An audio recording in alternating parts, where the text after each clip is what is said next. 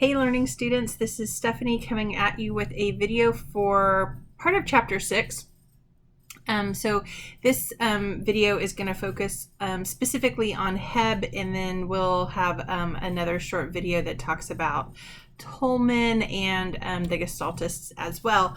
But I absolutely love Donald Hebb. So hopefully you've had a chance to read the chapter by now, and also watch the video that I asked you to watch. That video is so awesome to me. It's from the 1980s, and I love that it's narrated by Hebb, and it kind of talks a lot about what we knew, the front running information that we had on learning and cognition and memory in the 1980s, early 1980s. And the fascinating thing to me about that video is that while we have learned so much about learning and cognitive processes, the basic tenets that are presented in that video, the things that we knew then, haven't changed that much. So we've added some details, but we really have so much to still learn. I absolutely, like I said, I love Donald Hebb. He is probably my absolute favorite researcher in all of psychology ever. I just think that he was a brilliant man, and so I love his story. You know, the book talks about every theorist's story, and so one of the things that I think is so fascinating is how pathetic his story was, right? So everyone else you're seeing like, oh, they got their PhD when they were like 22 and 24, and it's important to remember that people, 70, 80 years ago were able to get PhDs at 22 and 24 because it was a very different education system than we have today. So you're not behind. It's just, how the education system works today. It's harder to do things like that.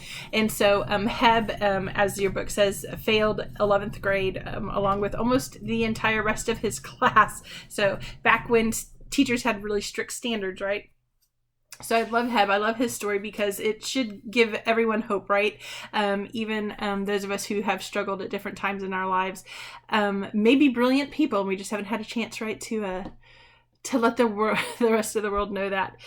So Hebb is this really interesting character. He ends up studying under some really great psychologists in some really fascinating, what we would call today cognitive psychology labs. And he initially is interested in kind of the memory processes. And so your book talks about some of the work that he did. But what's so interesting is that he worked with Carl Lashley, and Lashley was really busy looking for that engram, the seat of memory, right? And so he created a series of experiments where he was looking to try to identify where the engram was, where the seat of memory was. And what he essentially was doing is removing parts of rat brains. I always picture it in my head like he had like little melon ballers, and he was taking out parts of their brain. And what he found is that, you can remove a relatively good percentage of a rat's brain, about 20%, before they really start to show difficulty in running a maze that they've already learned. And his assessment of that was that, oh my gosh, I can't find the engram. I still believe it's there, but I can't find it. And Hebb kind of looked at that same information, that same data, and he saw it in a totally different way. Hebb's take on that was more that memory must be stored throughout the brain. So this idea that there had to be a place in the brain where memory was is rethought by Donald Hebb.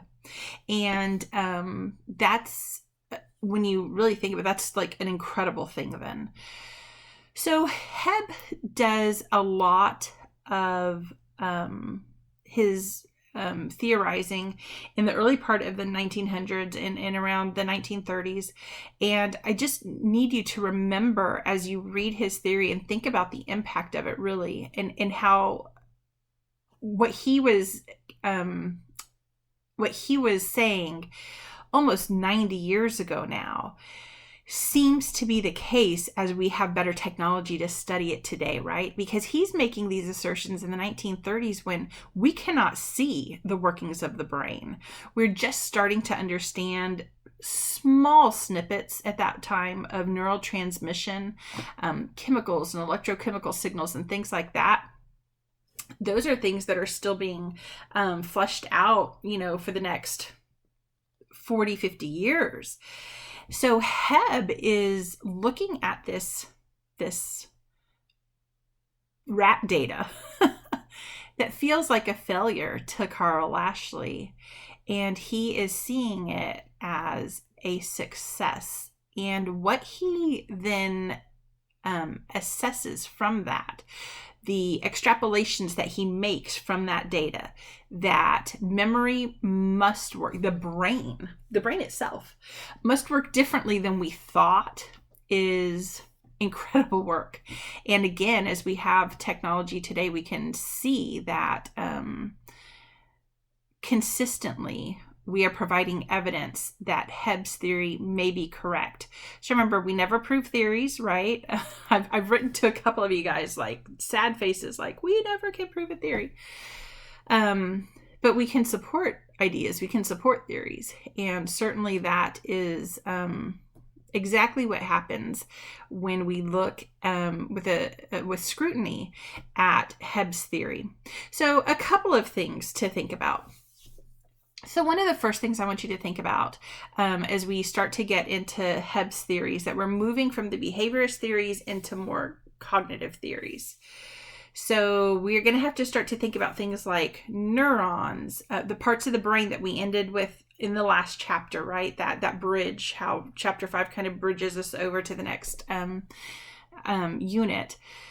So we're going to start to think about the brain and its components, and how the structures in the brain may allow us to think, to process information, to store information, right? That idea of encoding, storage, and retrieval is where we're kind of working up to in this unit. So this unit covers chapters 6, 7, and 8. But constantly throughout this I don't know why my brain is so slow today.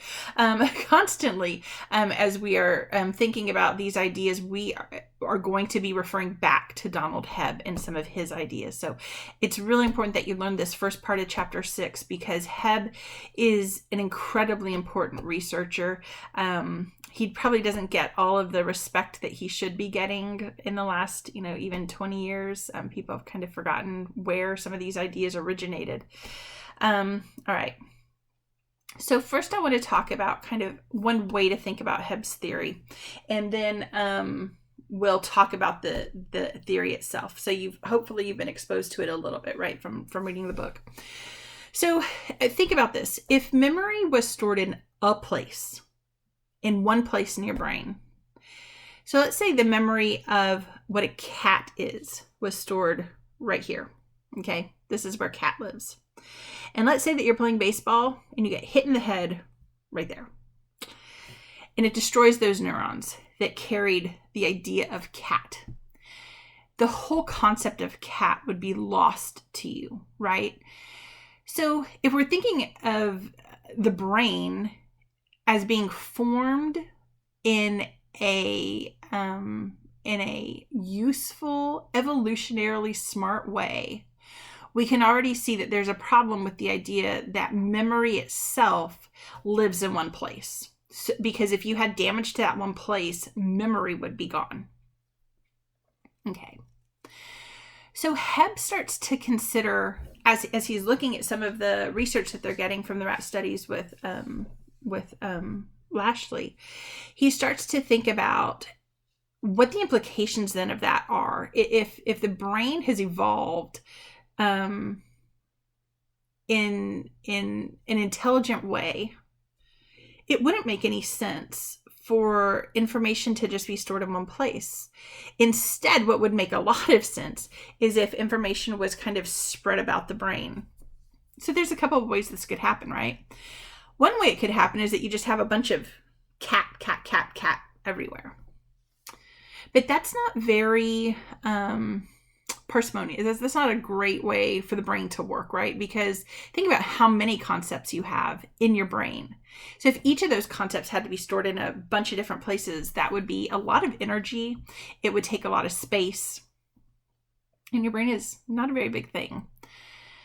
But another way that could happen is that you have concepts, the smallest concepts that you can have, and you have those concepts in multiple places. And to come up with an idea, so a whole idea, you could put then together some of those component concepts and create that idea. So let's think about what that might look like. So instead of having cat, and I'm not a cat person, I use cats because it's just what I use. I say dog. I'd rather talk about dogs. All right. To get those ideas, though, in your brain, what you could have is concepts like this. You could have a couple concepts of mammal, a couple concepts of hairy, a couple concepts of four legs, a couple concepts of makes milk, right? Live birth, right? All those things that make a mammal, right? You have those concepts, and then those concepts can form to mammal, and then that mammal concept could be linked to other things. And some of those concepts you can start to think about also might be more important than others. So for example, if I tell you I'm thinking of an animal and it has four legs, well, there's an awful lot of animals, right? They have four legs, and not all of them are mammals, right? So lizards have four legs, dogs and cats have four legs. Okay. So four legs is important, but there's still so many other things. But what if I said it meows? So can you see how some of these concepts might be more important to the whole idea than others? Okay. So Hebb gets this idea that what we may be working with then, instead of one single place that memory lives, we might be dealing instead with concepts. So he's going to use some and when you look at his theory, you guys, it's actually really incredibly simplistic, and yet it explains so much, and it continues to be supported with the research that we have today. So Hebb comes up with the idea of cell assemblies, phase sequences, and he comes up with what he calls the Hebb rule. Okay, so first let's talk about what a cell assembly is.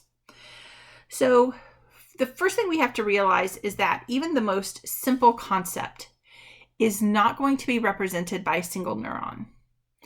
So even the most simple concept is going to be represented by a series of neurons firing. And Hebb imagined that was probably a relatively small number of neurons, but it was important. The idea is important that it's not a single cell. It's probably a conglomeration of a few cells. So a cell assembly is, so this is how your book defines it. I always try to give that to you guys, right? So cell assemblies consist of activity in a large number of related neurons. They correspond to relatively simple input. So the most basic concepts are going to be a series of cells interacting with each other. I say a small number of cells because you have billions of neurons. So we're talking about a few of these. Some neo-Hebbians say that it's probably around 100 or less, 100 or fewer neurons. But those have to activate together to give you a sense of a concept. And there's some argument about whether, so if a cell, let's say it's 100 cells, can those cells be included in other concepts? The answer to that may be yes. We don't know. That's the best answer. But that cell assembly, then, once we get those neurons firing together, that concept becomes active, okay? So there's a pattern of activation that causes that concept to become salient.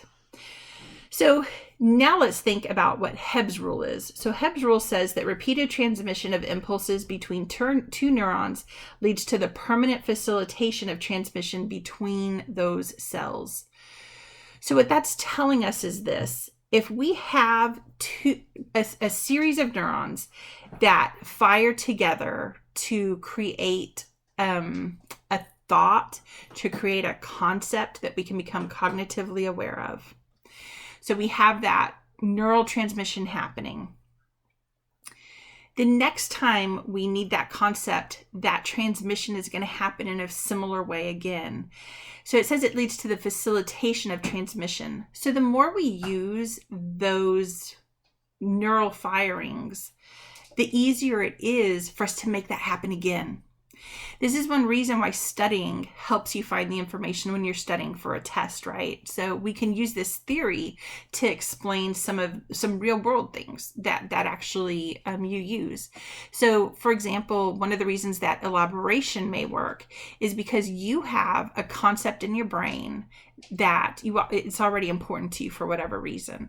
One of the things that you guys who have had me for their classes probably have noticed is I use my kids as examples all the time.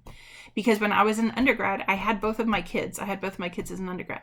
And so for me, I used to hook information onto the idea of my kids constantly. It was an easy thing that I already had in my brain, and I just had to hook the new information onto it. So it was easy to create that facilitation.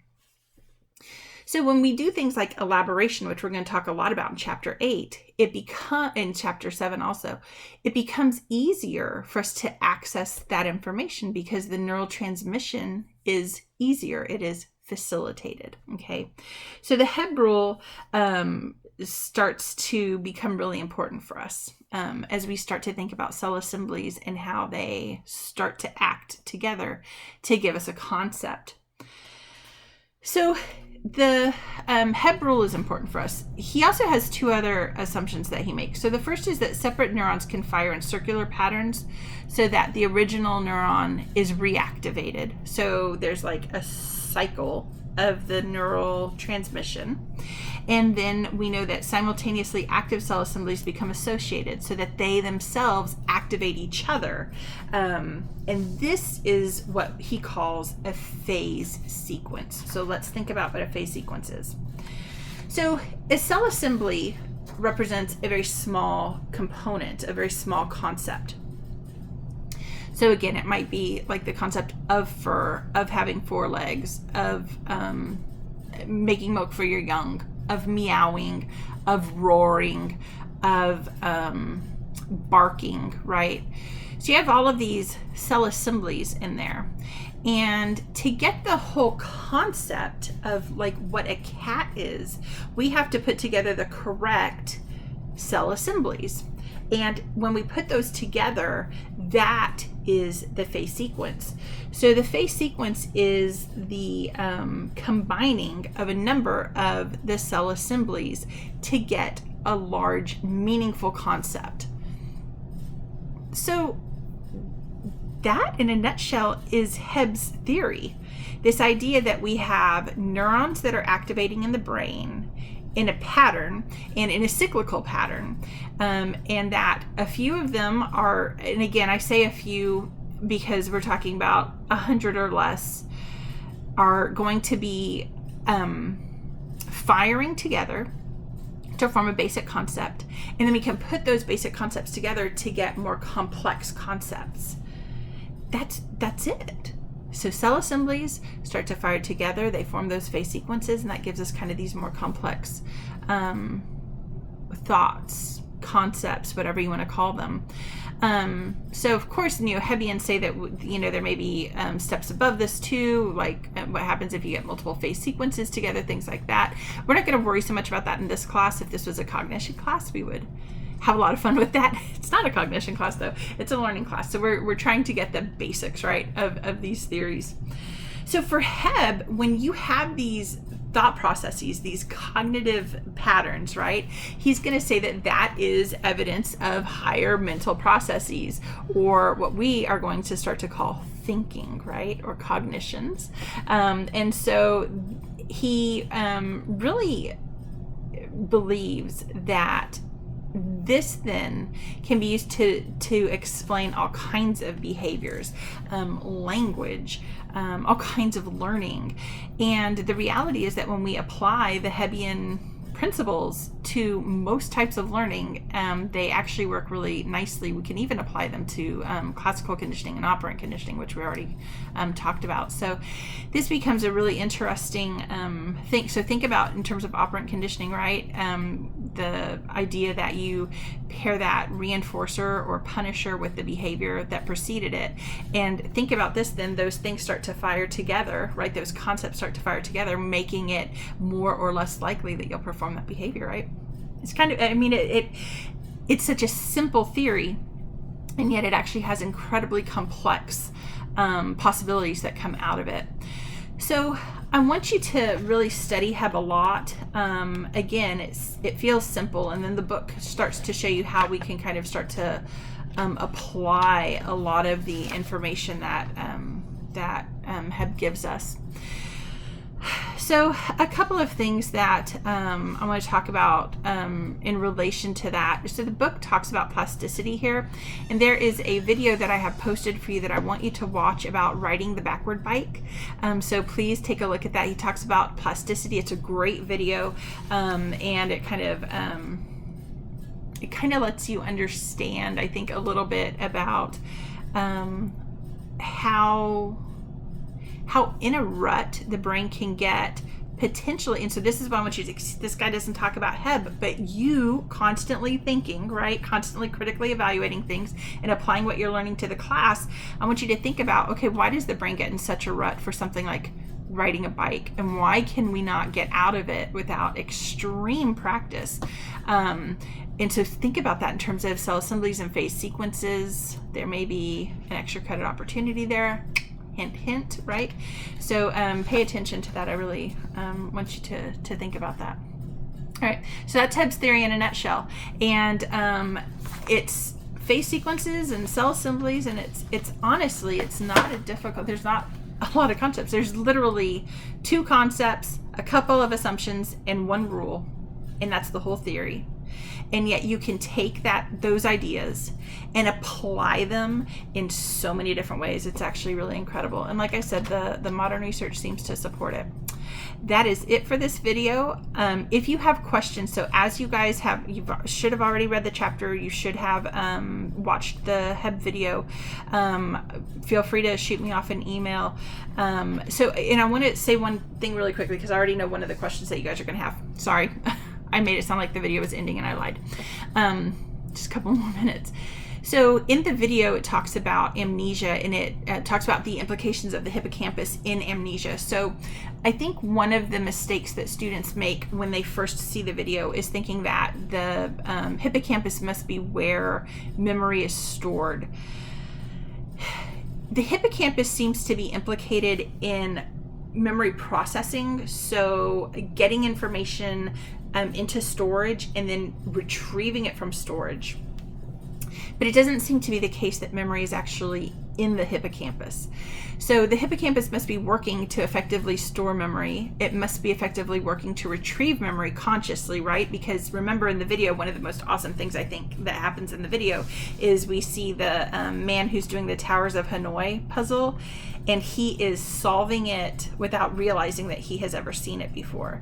And we know that he's he has a memory of it, but it's implicit, it's not explicit. He can't tell us about it, but we can see evidence, clear evidence, that he has learned how to attack that puzzle. So the hippocampus must be working, but he's not able to be consciously aware of that. It's a really interesting component to some types of amnesia. So the hippocampus, though, is it's not where memory lives. Again, memory seems to kind of live all over, and you then have to be able to retrieve it. And Hebb's theory beautifully kind of explains how is it the case that it could be all over, how would these neurons talk to each other, and what might that look like. Okay, if you have other questions, please send me an email. We can set up a Zoom if you want to do that. Just let me know. I will talk to you guys later. Bye.